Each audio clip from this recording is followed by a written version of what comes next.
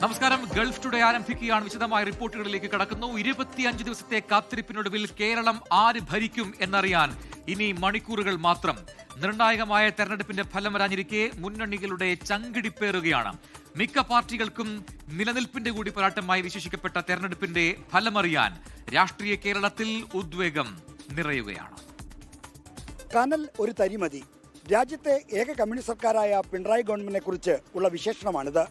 കേരളത്തിലെ ഈ കനൽ കെടാതെ കാക്കാൻ നാളെ ജയിച്ചേ മതിയാകൂ. അതുകൊണ്ട് തന്നെ ഈ തെരഞ്ഞെടുപ്പ് ഫലം LDFന് നിലനിൽപ്പിന്റെ പ്രശ്നമാണ്. ചെറിയ ഭൂരിപക്ഷത്തിനെങ്കിലും ഭരണം നിലനിർത്താം എന്നാണ് LDF ക്യാമ്പിന്റെ ആത്മവിശ്വാസം. മുഖ്യമന്ത്രി നേരിട്ട് ഏർപ്പെടുത്തിയ വിവരശേഖരണ സംവിധാനത്തിന്റെ കണക്കാണ് പ്രതീക്ഷയുടെ അടിസ്ഥാനം. ഫലം എതിരായാൽ കേരളത്തിലെ ഇടതുപക്ഷത്ത് കലാപക്കൊടി ഉയരും. പിണറായി യുഗത്തിന് അന്ത്യം കുറിച്ച് CPIMൽ വലിയ പൊളിച്ചെഴുത്തിനും തോൽവി വഴിവെക്കുമെന്ന് തീർച്ചയാണ്. ഇതെല്ലാം ഒഴിവാക്കാൻ LDFന് ജയിച്ചേ മതിയാകൂ. പല ആളുകളും പല രീതിയിലും പറഞ്ഞിട്ടുണ്ട്. 100+ പറഞ്ഞവരുണ്ട്, വനവാസം പ്രഖ്യാപിച്ചവരുണ്ട്, BJPക്ക് 7 മുതൽ 14 വരെ സീറ്റ് കിട്ടുമെന്ന് പറഞ്ഞവരുണ്ട്. ഇങ്ങനെ പല പ്രഖ്യാപനങ്ങൾ വന്നപ്പോഴും ഞങ്ങൾക്കൊരു സംശയമില്ല, വലിയ ഭൂരിപക്ഷത്തിന് ഇടതുപക്ഷ ജനാധിപത്യ മുന്നണിക്ക് അധികാരത്തിൽ തിരിച്ചു വരാൻ കഴിയും. അധികാര നഷ്ടത്തിന്റെ വരണ്ട കാലം കടന്ന് വിജയതീരമണയേണ്ടത് UDFനും നിലനിൽപ്പിന്റെ പ്രശ്നമാണ്. തോറ്റാൽ കോൺഗ്രസും മുന്നണിയും വലിയ പ്രശ്നത്തിലാകും. ജയമല്ലാതെ ഒന്നുകൊണ്ടും തൃപ്തിപ്പെടുക വയ്യ. 80 മുതൽ 90 സീറ്റ് വരെ നേടുമെന്നാണ് UDFന്റെ ഉറച്ച പ്രതീക്ഷ. നാളെ 2014 തുറന്ന BJPയുടെ നിയമസഭാ അക്കൗണ്ട് 2021 പൂട്ടിയതാണ്.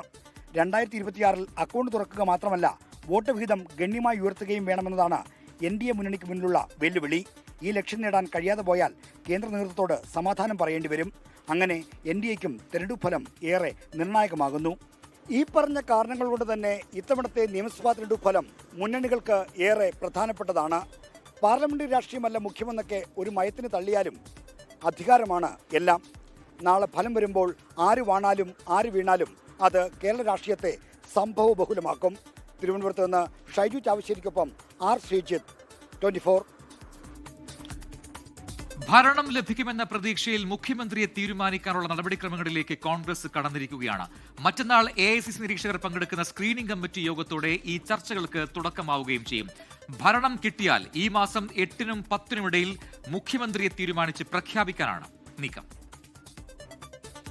80 മുതൽ 85 സീറ്റിൽ വരെ വിജയിക്കുമെന്നാണ് കോൺഗ്രസ് കണക്കുകൂട്ടൽ. ഇടതുവിരുദ്ധ തരംഗമുണ്ടായാൽ 95 കടക്കും. ഈ ആത്മവിശ്വാസത്തിലാണ് മുഖ്യമന്ത്രിയെ തീരുമാനിക്കാൻ തുടർ നടപടികളിലേക്ക് കോൺഗ്രസ് കടന്നത്. മറ്റന്നാൾ AICC നിരീക്ഷകർ പങ്കെടുക്കുന്ന സ്ക്രീനിംഗ് കമ്മിറ്റി യോഗം തിരുവനന്തപുരത്ത്. യോഗത്തിൽ MLA-മാരുടെ അഭിപ്രായം തേടും. ബുധനാഴ്ച ഘടകകക്ഷികളുമായുള്ള യോഗം. 7 നേതാക്കൾ ഡൽഹിയിലെത്തി ഹൈക്കമാൻഡുമായി ചർച്ച നടത്തും. MLA-മാർക്ക് പുറമെ ഭാരവാഹികളുടെയും മുതിർന്ന നേതാക്കളുടെയും ഘടകകക്ഷികളുടെയും അഭിപ്രായം തേടും. മുഖ്യമന്ത്രി സ്ഥാനത്തേക്ക് യുവ വനിതാ പ്രാതിനിധ്യം ഉൾപ്പെടുത്തി 3-ൽ കൂടുതൽ പേരുകൾ പരിഗണനയ്ക്ക് വരട്ടെ എന്ന നിലപാടിലാണ് ഹൈക്കമാൻഡ്. 8-നും 10-നുമുള്ളിൽ മുഖ്യമന്ത്രിയെ തീരുമാനിച്ചു പ്രഖ്യാപിക്കാനാണ് തീരുമാനം. കോൺഫിഡൻസ് എന്ന് പറയുന്നത് നമ്മളുടെ കമ്മിറ്റികൾ നൽകുന്ന റിപ്പോർട്ട്, മാധ്യമങ്ങളിൽ വരുന്ന റിപ്പോർട്ട്, ജനങ്ങളുടെ പ്രതികരണം, ഇതെല്ലാം നല്ല കോൺഫിഡൻസിന് വക നൽകുന്നുണ്ട്. ഇന്നും VD സതീശനായി സംസ്ഥാനത്ത് അങ്ങിങ്ങ് ഫ്ലെക്സ് ബോർഡുകൾ പ്രത്യക്ഷപ്പെട്ടു. പട നയിച്ചവൻ നാടു നയിക്കട്ടെ എന്നതുൾപ്പെടെയുള്ള വാചകങ്ങളാണ് ഫ്ലെക്സുകളിൽ. ഹരിപ്പാട് സ്ഥാപിച്ച ഫ്ലെക്സ് പിന്നാലെ അജ്ഞാതർ നശിപ്പിച്ചു. സതീശനായ ഫ്ലെക്സെങ്കിൽ രമേശ് ചെന്നിത്തലയ്ക്കായി കുർബാനയാണ്. പരുമലപ്പള്ളിയിൽ പള്ളിപ്പാട് മണ്ഡലം പ്രസിഡന്റ് സിജോ കുഞ്ഞാണ്ടിയാണ് കുർബാന നേർന്നത്. എന്നാൽ മുഖ്യമന്ത്രി ചർച്ചകളിൽ പ്രതികരിക്കാൻ സതീശനും ചെന്നിത്തലയും തയ്യാറായില്ല. ഇതേവരെ നാളെ കൗണ്ടിംഗ് ആണ്. പ്രധാനപ്പെട്ട തിരുവനന്തപുരം യാത്രയാണ്. സാധാരണ യാത്രയല്ല, വളരെ പ്രധാനപ്പെട്ട തിരുവനന്തപുരം യാത്രയാണ് തലേ ദിവസത്തേക്ക്. നാളെ 8 മണിക്ക് വോട്ട് എണ്ണൽ ആരംഭിക്കുകയാണ്. അതിനു മുമ്പായി എന്തെങ്കിലും പ്രത്യേകിച്ച് ഒന്നും പറയാനില്ല. UDFന് നല്ല വിജയം ഉണ്ടാകുമെന്നാണ് ഞങ്ങളുടെ വിലയിരുത്തൽ. അലക്സ് റാം മുഹമ്മദ്, 24, തിരുവനന്തപുരം. എക്സിറ്റ് പോളും പ്രവചനങ്ങളും എതിരാണെങ്കിലും നേരിയ ഭൂരിപക്ഷത്തിനെങ്കിലും ഭരണത്തിൽ തുടരാം എന്നാണ് LDFന്റെ പ്രതീക്ഷ. ഭരണവിരുദ്ധ വികാരമില്ലെന്ന് എക്സിറ്റ് പോളുകൾ തന്നെ ചൂണ്ടിക്കാട്ടി നേതാക്കൾ പറയുന്നുണ്ട്. രാജ്യത്തെ അവശേഷിക്കുന്ന ഏക ഇടത് സർക്കാരിനെ നിലനിർത്താൻ LDFന് ഈ തെരഞ്ഞെടുപ്പ് ജയിച്ചേ തീരൂ. ഭരണത്തുടർച്ചയിൽ പ്രതീക്ഷ കൈവിടാതെയാണ് LDF നീക്കങ്ങൾ. എക്സിറ്റ് പോൾ പ്രവചനങ്ങൾ അവഗണിക്കുന്നില്ലെങ്കിലും നേരിയ ഭൂരിപക്ഷത്തിലെങ്കിലും ഭരണം തുടരാനാകുമെന്ന കണക്കുകൂട്ടലിലാണ് LDF ക്യാമ്പ്. 75 സീറ്റാണ് LDFന്റെ കണക്കിലുള്ളത്. 60 സീറ്റുകളിൽ വിജയം ഉറപ്പെന്നാണ് വിലയിരുത്തൽ. 10-ലേറെ സീറ്റുകളിൽ മേൽക്കൈ ഉണ്ടാകുമെന്നും കരുതുന്നു. ഇടതുപക്ഷ ജനാധിപത്യ മുന്നണി അധികാരത്തിൽ വരും എന്നുള്ള ഉറച്ച നിലപാട് തന്നെയാണ് CPM-നുള്ളത്, ഇടതുപക്ഷ ജനാധിപത്യ മുന്നണിക്കുള്ളത്. അതുകൊണ്ട് ഒരാശങ്കയുടെ പ്രശ്നം ഞങ്ങൾ ഭാഗത്തില്ല. അവർക്ക് 100-100-ലധികമോ സീറ്റ് കിട്ടുമെന്ന് പറഞ്ഞിട്ട് പന്തലിടുന്നുണ്ടെങ്കിൽ അത് അവരുടെ കാര്യം, അത് അവരാണ് വിശദീകരിക്കേണ്ടത്. 3 പേര് കിടന്ന് യുദ്ധമാണ്. ഒരു ദിവസമല്ല, 2 ദിവസമല്ല, യുദ്ധ പരമ്പരയാണ്. ഹൈക്കമാൻഡ് പലവട്ടം പറഞ്ഞു, ലോ ആയിട്ട് നിൽക്കാൻ പറഞ്ഞു, ബഹളം വെക്കല്ലേ എന്ന് പറഞ്ഞു. എന്നിട്ടും ആരും കേൾക്കാൻ. അത്തരം ഒരു പാർട്ടിക്ക് ഇങ്ങനെ പറയുമ്പോൾ അർഹതയുണ്ടോ? ജയിക്കട്ടെ തോൽക്കട്ടെ, കോൺഗ്രസ് ആദ്യം സ്വന്തം ഒരു വൃത്തിയാക്കണം. ന്യൂനപക്ഷ ഏകീകരണം UDFന് അനുകൂലമാകുമെന്ന വിലയിരുത്തലുകൾ തള്ളുകയാണ് നേതാക്കൾ. ഭരണവിരുദ്ധ വികാരമില്ലെന്ന എക്സിറ്റ് പോളുകൾ ചൂണ്ടിക്കാട്ടിയാണ് പ്രതികരണം. ഇവിടെ ന്യൂനപക്ഷം എന്നല്ല, എല്ലാ ജനവിഭാഗങ്ങളും ഭരണത്തെക്കുറിച്ച് വിലയിരുത്തിയിട്ടുണ്ട്. അത് തീർച്ചയായിട്ടും ഇടതുപക്ഷത്തിന് അനുകൂലമാണ്. അപ്പോൾ നിങ്ങൾ ഈ പറഞ്ഞ എക്സിറ്റ് പോളിലും ഭരണവിരുദ്ധ വികാരമെന്നൊന്നും ആരും പറഞ്ഞിട്ടില്ല. എക്സിറ്റ് പോളിൽ പറയുന്നില്ലെങ്കിൽ എന്തായിരിക്കും എൻ്റെ സ്ഥിതി? കാരണം ഏറ്റവും ആദ്യം പറയുക എക്സിറ്റ് പോളിലാണല്ലോ ആളുകളോട്. അപ്പോൾ പൊതുവേ LDF ഭരണം തുടരണമെന്ന് ജനങ്ങൾ ആഗ്രഹിക്കുന്നു. പേരാവൂർ നിയോജക മണ്ഡലത്തിൽ ഇടതുപക്ഷ ജനാധിപത്യ മുന്നണി വിജയിക്കുമെന്നുള്ളതാണ് ഞങ്ങളുടെ കാൽക്കുലേഷൻ. അത് ചിലപ്പോൾ ഒരു 3000-ന് മേലെ വോട്ടിന് ആവാം എന്നുള്ളതാണ് ഇപ്പോൾ ഞങ്ങളുടെ ഒരു കാൽക്കുലേഷനിൽ കാണുന്നത്. ബാക്കി വോട്ടെണ്ണി കഴിഞ്ഞാലേ പറയാൻ പറ്റുള്ളൂ. തൃശൂർ, പാലക്കാട്, തിരുവനന്തപുരം, കൊല്ലം, കണ്ണൂർ, ആലപ്പുഴ ജില്ലകളിൽ ആധിപത്യം ഉണ്ടാകുമെന്നാണ് LDF കണക്കുകൂട്ടൽ. BJP ഏറെ പ്രതീക്ഷ വയ്ക്കുന്ന മണ്ഡലങ്ങളിൽ അത്ഭുതങ്ങൾ ഉണ്ടാകില്ലെന്നും നേതാക്കൾ പറയുന്നു. പരാജയപ്പെട്ടാൽ ഒരു സംസ്ഥാനത്ത് പോലും ഭരണമില്ലാത്തവരായി ഇടതുപക്ഷം മാറും. കേരളത്തിലെ ഭരണത്തുടർച്ച ദേശീയ തലത്തിൽ CPIM-നും CPI-ക്കും അനിവാര്യമാണ്. 24 തിരുവനന്തപുരം. കേരള നിയമസഭയിൽ വ്യക്തമായ സ്വാധീനമാകാൻ BJPക്ക് കഴിയുമോ? എക്സിറ്റ് പോൾ ഫലങ്ങളുടെ ആത്മവിശ്വാസത്തിൽ കേരളത്തിൽ വീണ്ടും താമര വിരിയുമെന്നുറപ്പിക്കുന്നുണ്ട് NDA ക്യാമ്പ്. 20% മുകളിലേക്ക് വോട്ട് ഷെയർ ഉയർത്താനാകുമെന്നാണ് BJP പ്രതീക്ഷ. കൃത്യമായ മുന്നൊരുക്കങ്ങൾ, മുൻകൂട്ടി സ്ഥാനാർത്ഥികളെ നിശ്ചയിച്ച് ആദ്യഘട്ട വോട്ടഭ്യർത്ഥന. പ്രധാനമന്ത്രി നരേന്ദ്രമോദിയും അമിത്ഷായും ഉൾപ്പെടെ താരപ്രചാരകർ കൂട്ടത്തോടെ എത്തിയ പ്രചാരണം. ഒടുവിൽ എക്സിറ്റ് പോളിൽ 3 മുതൽ 14 സീറ്റുകൾ വരെ പ്രതീക്ഷ. സന്തോഷത്തിലാണ് NDA ക്യാമ്പ്. നിയമവും കഴക്കൂട്ടവും ബൂത്ത് തല വോട്ടുകളുടെ അടിസ്ഥാനത്തിൽ തന്നെ ഉറപ്പിക്കുന്നു. ഭൂരിപക്ഷം ജനങ്ങൾ തീരുമാനിക്കട്ടെ എന്ന് കഴക്കൂട്ടത്തെ NDA സ്ഥാനാർത്ഥി V മുരളീധരൻ. തെരഞ്ഞെടുപ്പിൻ്റെ പ്രചരണ പ്രവർത്തനങ്ങളുടെ ഇടയിൽ തന്നെ ഞങ്ങളുടെ ഒരു വിലയിരുത്തൽ, ജനങ്ങൾ ഈ തെരഞ്ഞെടുപ്പിൽ ഭാരതീയ ജനതാ പാർട്ടിക്ക് അനുകൂലമായിട്ട് വിധി എഴുതാൻ തയ്യാറെടുക്കുന്ന ഒന്നായിരുന്നു. പോളിംഗിന് ശേഷവും ഞങ്ങൾക്ക് അതേ ഒരു വിലയിരുത്തലാണ് BJPയുടെ പാർട്ടി ഘടകങ്ങൾ നടത്തിയിട്ടുള്ളത്. BJP അക്കൗണ്ട് തുറക്കുമെന്ന് SNDP യോഗം ജനറൽ സെക്രട്ടറി വെള്ളാപ്പള്ളി നടേശൻ. പാലക്കാട്, മഞ്ചേശ്വരം, ആറന്മുള, ചാത്തന്നൂർ, തൃശൂർ, തിരുവനന്തപുരം ഇങ്ങനെ വിജയ സാധ്യതയുള്ള സീറ്റുകൾ ഒപ്പം നിന്നുവെന്നും വിലയിരുത്തൽ. ആറന്മുളയിലെ ജനങ്ങൾ മാറ്റം ആഗ്രഹിക്കുന്നുവെന്ന് NDA സ്ഥാനാർത്ഥി കുമ്മനം രാജശേഖരൻ 24-നോട്. ഓരോ ദിവസം ചെല്ലുന്തോറും ആത്മവിശ്വാസം വർദ്ധിച്ചു വരികയാണ്. തെരഞ്ഞെടുപ്പിന് ശേഷമാണല്ലോ ഈ കിട്ടിയ ഇടവേളയിലാണ് ബൂത്ത് അടിസ്ഥാനത്തിലുള്ള അവലോകനങ്ങൾ നടന്നത്. അപ്പോൾ അതിൽ നിന്നും എനിക്ക് കിട്ടിയ വലിയൊരു ബോധ്യമുണ്ട്.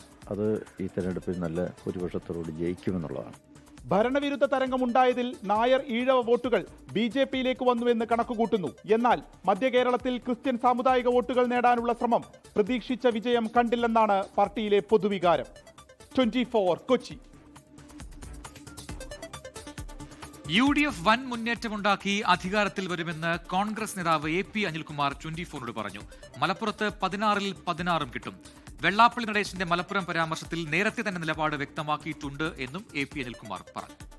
കേരളത്തിലെ 10 വർഷക്കാലത്തെ ജനങ്ങളുടെ പ്രയാസങ്ങൾക്കും ദുരിതങ്ങൾക്കും അവസാനം കുറിക്കുന്ന, കേരളത്തെ സംബന്ധിച്ചിടത്തോളം നാളെ ഒരു സുദിനമാണ്.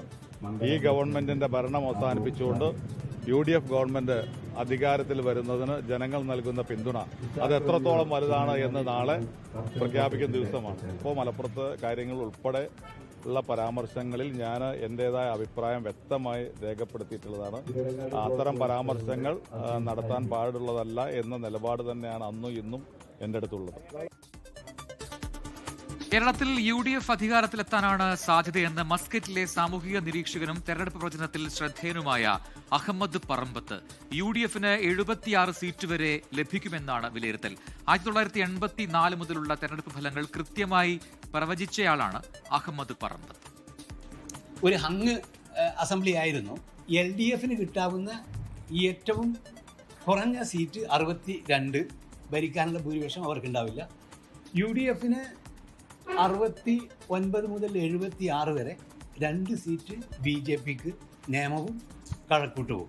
മഞ്ചേശ്വരത്ത് 4000-ൻ്റെയും 8000-ൻ്റെയും ഭൂരിപക്ഷം കിട്ടും അഷ്റഫിന് എന്നാണ് എൻ്റെ പ്രവചനം.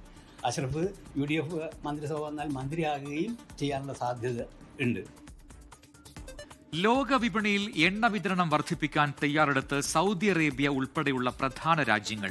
ജൂൺ മുതൽ പ്രതിദിനം 1,88,000 ബാരൽ എണ്ണ അധികമായി വിപണിയിലെത്തിക്കാനാണ് 7 OPEC+ രാജ്യങ്ങളുടെ തീരുമാനം.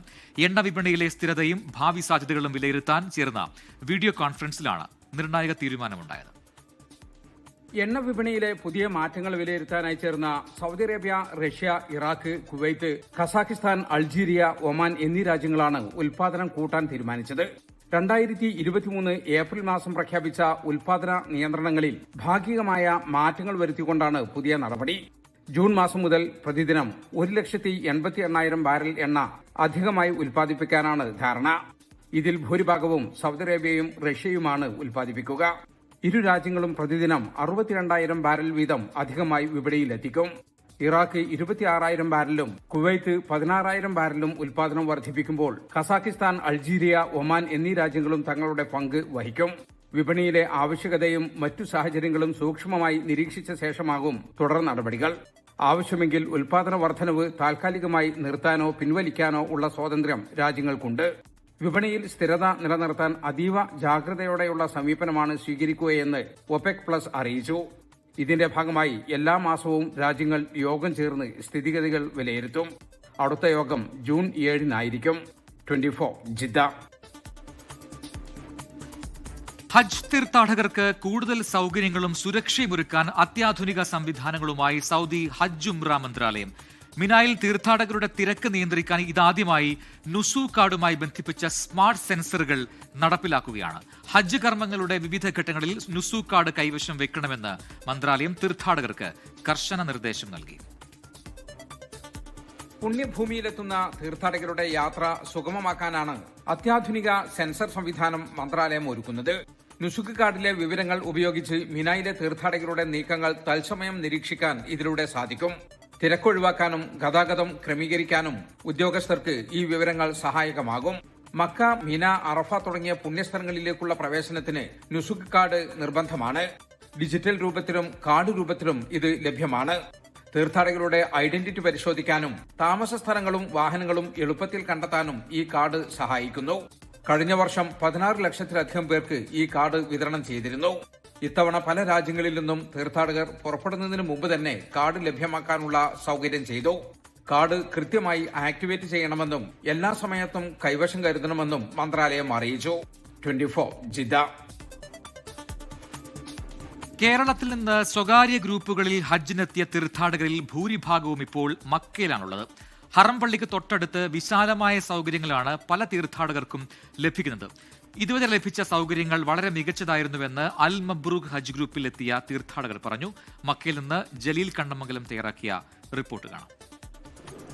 ഇന്ത്യയിൽ നിന്നും സ്വകാര്യ ഗ്രൂപ്പിൽ ഹജ്ജിനെത്തിയ എല്ലാ തീർത്ഥാടകരും ഇപ്പോഴുള്ളത് മക്കയിലാണ്. ഏതാണ്ട് 50,000-ലധികം തീർത്ഥാടകരാണ് ഇത്തവണ സ്വകാര്യ ഗ്രൂപ്പിൽ ഹജ്ജിനെത്തിയത്. പ്രത്യേകിച്ച് മലയാളി തീർത്ഥാടകർ, സ്വകാര്യ ഗ്രൂപ്പിൽ ഹജ്ജിനെത്തിയ മലയാളി തീർത്ഥാടകരിൽ ഭൂരിഭാഗവും ഇപ്പോൾ മക്കയിലുണ്ട്. അവർക്ക് ഹറമിൻ്റെ തൊട്ടടുത്ത് തന്നെയാണ് താമസ സൗകര്യം ഒരുക്കിയിരിക്കുന്നത്. അത് സ്റ്റാർ ഹോട്ടലാണ്. കിട്ടിയ താമസം വളരെ അടുത്തായിരുന്നു. ഹറമിൻ്റെ ജസ്റ്റ് ഒരു 5 മിനിറ്റിൻ്റെ താഴെയുള്ള നടത്തം. ഇത് ബാങ്ക് കൊടുത്തു കഴിഞ്ഞാൽ ഞങ്ങൾ നടക്കാൻ മാത്രം ദൂരം, ഇത്ര അടുത്താണ് ഹറമുള്ളത്. ഇത് ഇറങ്ങിയാൽ ഈ ബ്രിഡ്ജിൻ്റെ അടിയിലൂടെ നടക്കാനുള്ള സമയമുള്ളൂ. ബാങ്ക് കൊടുത്ത് ഇക്കാമത്ത് തുടങ്ങുമ്പോൾ നമുക്ക് ഹറമിൻ്റെ ഉള്ളിൽ എത്താം, മത്താഫിൻ്റെ അടുത്ത് തന്നെ എത്താൻ കഴിയും. അത്രയും അടുത്തായിരുന്നു കിട്ടിയത്. അൽഹംദുലില്ലാ ഈ സർവീസ് തന്ന സോഷ്യൽ ഗ്രൂപ്പിനും ഞങ്ങൾ കൂടെ വന്ന എല്ലാ യാത്രക്കാർക്കും നല്ല സൗകര്യം തന്നെയാണ്. എല്ലാവരും അൽഹംദുലില്ലാ റായത്തിലാണ്. മക്കയിലെ ഹറമിൻ്റെ മുറ്റത്ത് തന്നെയുള്ള ഒരു 5 ഹോട്ടലാണ് ഇപ്പോൾ ഉള്ളത്. ഇവിടെ ചില തീർത്ഥാടകരുണ്ട്, മലയാളികളായ തീർത്ഥാടകർ. അവർ ഈ സോഷ്യൽ ട്രാവൽസ് അൽ മബ്രൂഖ് ഹജ്ജ് ഗ്രൂപ്പ് വഴി എത്തിയവരാണ്.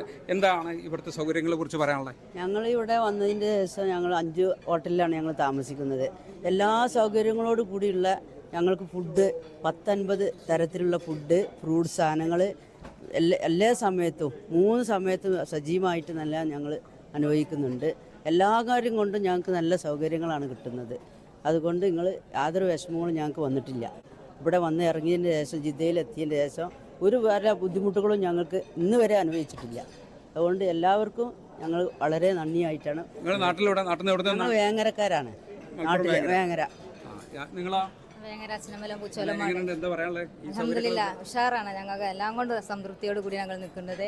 ഞങ്ങൾ റൂം ഹറമിന് തൊട്ടടുത്ത് തന്നെയാണ്. ഇവിടെ നോക്കിയാലും അങ്ങോട്ട് കാണുന്ന പോലത്തിൽ എല്ലാം കൊണ്ട് അൽഹംദുലില്ലാ, ഭക്ഷണമാവട്ടെ റൂമാവട്ടെ എല്ലാം കൊണ്ട് ഞങ്ങളെ പരിപൂർണ്ണ സംതൃപ്തിയാണ്. ഞങ്ങൾ ട്രാവൽസിൽ കൊടുത്തത് ഞങ്ങൾ ട്രാവൽസിനോടും പ്രത്യേകം നന്ദി രേഖപ്പെടുത്തുകയാണ്.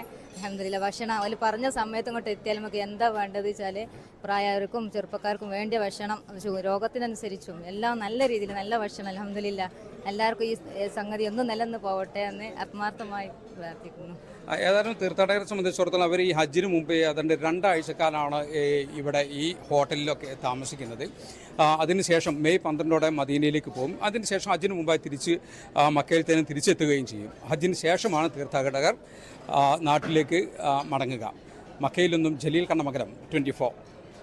സൗദി അറേബ്യയിലെത്തുന്ന ഹജ്ജ് തീർത്ഥാടകർക്ക് ആശ്വാസമായി പാസ്പോർട്ട് വിഭാഗമായ ജവാസത്തിന്റെ പുതിയ പ്രഖ്യാപനം. തീർത്ഥാടകർക്ക് ഇനി സ്മാർട്ട് ഫോണുകൾ വഴി ഡിജിറ്റൽ വിസിറ്റർ ID സ്വന്തമാക്കാം. രാജ്യത്തിനകത്തെ യാത്രകൾക്ക് പാസ്പോർട്ടിന് പകരമായി ഈ ഡിജിറ്റൽ രേഖ ഉപയോഗിക്കാം എന്ന് അധികൃതർ വ്യക്തമാക്കി. അതേസമയം ഹജ്ജ് തീർത്ഥാടകരുടെ യാത്ര സുഗമമാക്കാൻ ഹറമൈൻ ഹൈസ്പീഡ് ട്രെയിൻ 22 ലക്ഷത്തിലധികം സീറ്റുകൾ അനുവദിച്ചു. പുണ്യഭൂമിയിലെത്തുന്ന തീർത്ഥാടകർക്ക് സുരക്ഷിതവും ലളിതവുമായ യാത്രാ സൗകര്യം ഒരുക്കുന്നതിന്റെ ഭാഗമായാണ് ഡിജിറ്റൽ വിസിറ്റർ ID സംവിധാനം ജവാസാത്ത് ഏർപ്പെടുത്തിയിരിക്കുന്നത്. തീർത്ഥാടകർക്ക് അബിഷിർ ഓൺലൈൻ പ്ലാറ്റ്ഫോം വഴി ഈ ഡിജിറ്റൽ IDക്ക് വേണ്ടി രജിസ്റ്റർ ചെയ്യാവുന്നതാണ്. ഔദ്യോഗിക രേഖയായി അംഗീകരിച്ചിട്ടുള്ള ഈ ID കൈവശമുണ്ടെങ്കിൽ രാജ്യത്തിനകത്തെ യാത്രകളിൽ പാസ്പോർട്ട് കയ്യിൽ കരുതേണ്ടതില്ല. പാസ്പോർട്ട് നഷ്ടപ്പെടാനുള്ള സാധ്യത ഒഴിവാക്കാനും കൂടുതൽ സുരക്ഷ ഉറപ്പാക്കാനും ഇതിലൂടെ സാധിക്കും. അതേസമയം ഹജ്ജ് തീർത്ഥാടകർക്കായി ഹറമൈൻ ഹൈസ്പീഡ് ട്രെയിൻ സർവീസുകൾ വിപുലീകരിച്ചു. ഈ വർഷം 22 ലക്ഷത്തിലധികം സീറ്റുകളാണ് സൗദി റെയിൽവേ തീർത്ഥാടകർക്കായി ഒരുക്കിയിരിക്കുന്നത്. കഴിഞ്ഞ വർഷത്തെ അപേക്ഷിച്ച് 2 ലക്ഷത്തിലധികം സീറ്റുകളുടെ വർധനവ് ഇത്തവണയുണ്ട്. മെയ് 5 ചൊവ്വാഴ്ച മുതൽ തീർത്ഥാടകർക്കായുള്ള പ്രത്യേക സർവീസുകൾ ആരംഭിക്കും. തിരക്കുള്ള ദിവസങ്ങളിൽ പ്രതിദിനം 142 സർവീസുകൾ വരെ നടത്താനാണ് നീക്കം. മണിക്കൂറിൽ 300 കിലോമീറ്റർ വേഗതയിലോടുന്ന ഹറമൈൻ ട്രെയിൻ വഴി മക്കയ്ക്കും മദീനയ്ക്കുമിടയിലുള്ള യാത്ര വെറും 2 മണിക്കൂർ കൊണ്ട് പൂർത്തിയാക്കാം. ജലീൽ കണ്ണമംഗലം, 24, ജിദ്ദ. കേരളത്തിൽ നിന്ന് സംസ്ഥാന ഹജ്ജ് കമ്മിറ്റി വഴി ഹജ്ജിനെത്തിയ ആദ്യ സംഘത്തിന് മക്കയിൽ OICCയുടെ ആഭിമുഖ്യത്തിൽ സ്വീകരണമൊരുക്കി. അതിഥികൾക്കൊപ്പം കരുതലോടെ എന്ന ഹജ്ജ് സേവന ക്യാമ്പയിന്റെ ഭാഗമായിട്ടായിരുന്നു സ്വീകരണം. ഹാജിമാർക്ക് ആവശ്യമായ മാർഗനിർദ്ദേശങ്ങൾ നൽകാനും ആരോഗ്യ യാത്രാ സഹായങ്ങൾ ഉറപ്പാക്കാനും OICC ഹെൽപ്പ് ഡെസ്ക് സജ്ജമാക്കിയിട്ടുണ്ട്. തീർത്ഥാടകരുടെ താമസ സ്ഥലങ്ങളിലും ഹറം പരിസരത്തും സേവനമുണ്ടാകുമെന്ന് ഭാരവാഹികൾ അറിയിച്ചു. മറ്റു റിപ്പോർട്ടുകളിലേക്കാണ്. തിരുവനന്തപുരം കൊയ്ത്തൂർ കോണത്ത് ബ്രാഞ്ച് കമ്മിറ്റി ഓഫീസ് നിർമ്മാണത്തിന്റെ മറവിൽ സർക്കാർ ഭൂമി കയ്യേറി CPIM. പഞ്ചായത്തിന്റെ നോട്ടീസും റോഡ് ഫണ്ട് ബോർഡിന്റെ നിർദ്ദേശവും അവഗണിച്ചാണ് ഓഫീസ് നിർമ്മാണം. തിരുവനന്തപുരം കൊയ്ത്തൂർ കോണത്ത് ബ്രാഞ്ച് കമ്മിറ്റി ഓഫീസ് നിർമ്മാണത്തിന്റെ മറവിലാണ് CPIM സർക്കാർ ഭൂമി കയ്യേറിയത്. പ്രദേശവാസികളുടെ പരാതിയെ തുടർന്ന് അണ്ടൂർകോണം പഞ്ചായത്തും കേരള റോഡ് ഫണ്ട് ബോർഡിനു വേണ്ടി റവന്യൂ വകുപ്പ് സർവേ സംഘവും നടത്തിയ പരിശോധനയിൽ കയ്യേറ്റം സ്ഥിരീകരിച്ചിരുന്നു. അനധികൃത നിർമ്മാണം 15 ദിവസത്തിനുള്ളിൽ പൊളിച്ചുമാറ്റണമെന്ന് പഞ്ചായത്തിന്റെ നോട്ടീസും റോഡ് ഫണ്ട് ബോർഡിന്റെ നിർദ്ദേശവും മറികടന്നാണ് നിർമ്മാണം തുടരുന്നത്. പഞ്ചായത്തും റോഡ് ഫണ്ട് ബോർഡും പൊളിച്ചു നീക്കാൻ ആവശ്യപ്പെട്ടിട്ടുണ്ടായിരുന്നു. ഇതെല്ലാം കയ്യേറ്റമാണെന്ന് പറഞ്ഞ് മാർക്ക് ചെയ്തിട്ട് പോയായിരുന്നു. അപ്പോൾ അവരെന്താ ചെയ്യുന്നത് വെച്ചാൽ അവരെ കബളിപ്പിക്കാനായിട്ട് ഇതിൻ്റെ ഒരു പാർട്ട് മാത്രം, ഈ ഒരു കോർണർ മാത്രം കട്ട് ചെയ്തു. കോർട്ടിൻ്റെ നിർദ്ദേശം എന്ന് പറഞ്ഞു കഴിഞ്ഞാൽ പ്രോപ്പർ ഡിസ്റ്റൻസ് ഇല്ലാതെ നമുക്കിവിടെ ഒരു കൺസ്ട്രക്ഷൻ പാടില്ല എന്നുള്ളതാണ്. എൻ്റെ വസ്തുവിന് പ്രോപ്പർ ഡിസ്റ്റൻസ് ഇല്ലാതെ അതുവരെ പാലിച്ചിട്ടേ ഇല്ല. പഞ്ചായത്തിൽ നിന്ന് ഇത് പൊളിക്കാനുള്ള മരാമത്തിൽ നിന്ന് വന്ന് അളന്നിട്ട് ഇത് പൊളിക്കാനുള്ളൊരു ഏരിയ അവർ അളന്നിട്ടിട്ടാണ് പോയത്. അപ്പോൾ ആ കല്ലോടുകൂടി പൊളിക്കാത്തവർ ഭാഗികമായി ഈ ഭാഗം മാത്രം പൊളിക്കുകയാണ് ചെയ്തത്. CPIM ജില്ലാ സെക്രട്ടറിയുടെ പേരിലുള്ള 3/4 സെന്റ് ഭൂമിയിലാണ് ബ്രാഞ്ച് കമ്മിറ്റി ഓഫീസ് താൽക്കാലികമായി പ്രവർത്തിച്ചിരുന്നത്. മംഗലപുരം പോത്തങ്കോട് റോഡ് വികസനത്തിനായി CPIM ഓഫീസിന് മുന്നിൽ നിന്ന് ഭൂമി ഏറ്റെടുക്കുകയും 6 ലക്ഷം രൂപ നഷ്ടപരിഹാരമായി അനുവദിക്കുകയും ചെയ്തിരുന്നു. റോഡ് നിർമ്മാണം പൂർത്തിയായ ശേഷം പുതിയ ഓഫീസിന്റെ നിർമ്മാണം ആരംഭിച്ചപ്പോൾ കെട്ടിടം നടപ്പാതയോട് ചേർത്ത് ഇറക്കിക്കെട്ടുകയായിരുന്നു. 24 Thiruvananthapuram. NH Anwar trust media അവാർഡുകൾ പ്രഖ്യാപിച്ചു. സാറ്റലൈറ്റ് ചാനൽ വിഭാഗത്തിൽ മികച്ച ന്യൂസ് സ്റ്റോറി റിപ്പോർട്ടർക്കുള്ള പുരസ്കാരം 24-ലെ മുഹമ്മദ് റഹീസിന്. മെയ് 7-ന് എറണാകുളം ടൗൺ ഹാളിൽ നടക്കുന്ന പരിപാടിയിൽ പുരസ്കാരം വിതരണം ചെയ്യും. സമഗ്ര സംഭാവനയ്ക്കുള്ള പുരസ്കാരം മുതിർന്ന മാധ്യമ പ്രവർത്തകൻ MV നികേഷ് കുമാറിനാണ്.